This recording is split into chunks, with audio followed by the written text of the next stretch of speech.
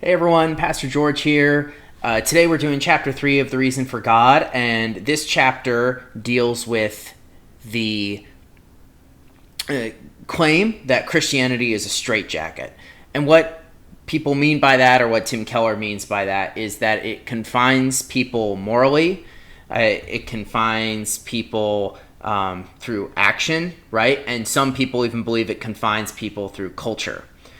And he has a big discussion in here about what is freedom, what is true freedom. Is freedom really being able to do whatever you want, even if that's not possible? So, we have all these options. The way we tend to think about freedom is that we have all these options and you can do all of these things. But in actuality, we're all very limited in what we can do, right? I can't just choose to levitate right now, even though that's technically possible. We have these certain boundaries. And we also, he argues, that we need to have certain boundaries for church life and lots of other things. He just uses the church as an example because he believes that it gets unfair kind of treatment in this regard. So society is like this more broadly, right? We all kind of, by being members of it, agree to play by a certain rule set, right? We do not actually have absolute freedom in the United States, right? We can't shout fire in a crowded theater. I can't just, drive my car on the left side of the road if I want to, right? No, we have certain rules that we need to follow, and these are kind of all rules that we buy into.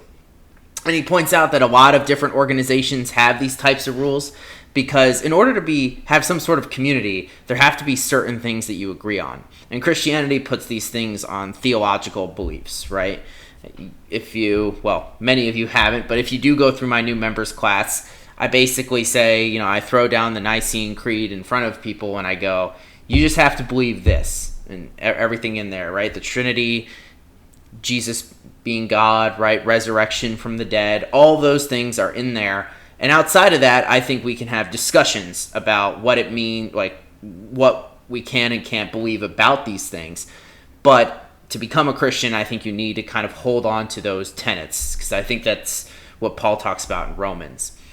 And just like we have beliefs that unite us, all the other religions have beliefs. In order to set boundaries, right, in order to say this is who we are as a church, this is who we are as a group, right, as a club, you need to hold on to these certain things, right? If you go into a game club in college, right, and you expect people there to be a debate club, well, you're not really understanding what the point of a game club is, right?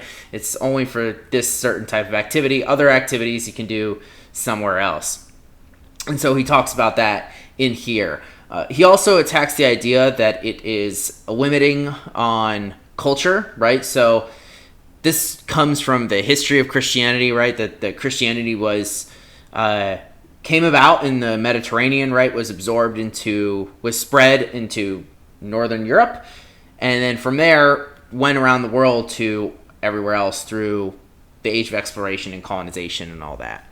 And when that happened, it made it seem as though you had to do things the way Europeans do.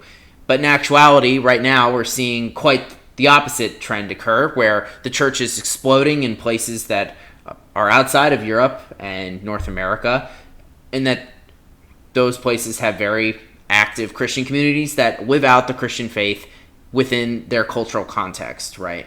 I think that we are actually, as a church, are quite lucky in this regard because we have a lot of people from different cultures, and so it kind of gives us a very unique feel, allows us to do some things that are different, but we kind of maintain what it means to be Presbyterian, right? Which has its own tradition and background and things, while trying to be open to as much as we can be. And I think that's actually kind of what makes Christianity so interesting, because again and again in the Bible we're told, and Tim Keller points this out, we are told to go to every people and tongue and nation, right? And that the church is at its most realized when you have the most amount of different people together. It doesn't mean a church is less than if that's not possible. Like obviously a church in the middle of the Himalayan mountain range will have a bunch of Nepali people in it, and that's fine. That's not like they're less than a church that has a bunch of different people. But it's just this idea that the church is supposed to be global and that people are able to worship God in their own tongue and in their own culture, which is really important. And you see that over and over again in the scriptures. I want to read this just to reiterate about why it's important for communities to hold certain standards, and that it's not actually as limiting as we might think it is. So I'm going to read this from The Reason for God. So just listen. Any community that did not hold its members accountable for specific beliefs and practices would have no corporate identity, and would not really be a community at all. We cannot consider a group exclusive simply because it has standards for its members. Is there then no way to judge whether a community is open and caring rather than narrow and oppressive? Yes, there is. Here is a far better set of tests. Which community has beliefs that lead its members to treat persons in other communities with love and respect, to serve them and meet their needs? Which community's beliefs lead it to demonize and attack those who violate their boundaries rather than treating them with kindness, humility, and winsomeness? We should criticize Christians when they are condemning and ungracious to unbelievers, but we should not criticize churches when they maintain standards for membership in accord with their beliefs. Every community must do the same. And so I think that's always important for us to think about, because as the world changes around us, the church is going to be attacked is a very strong word. Ostracized, maybe, is a better word.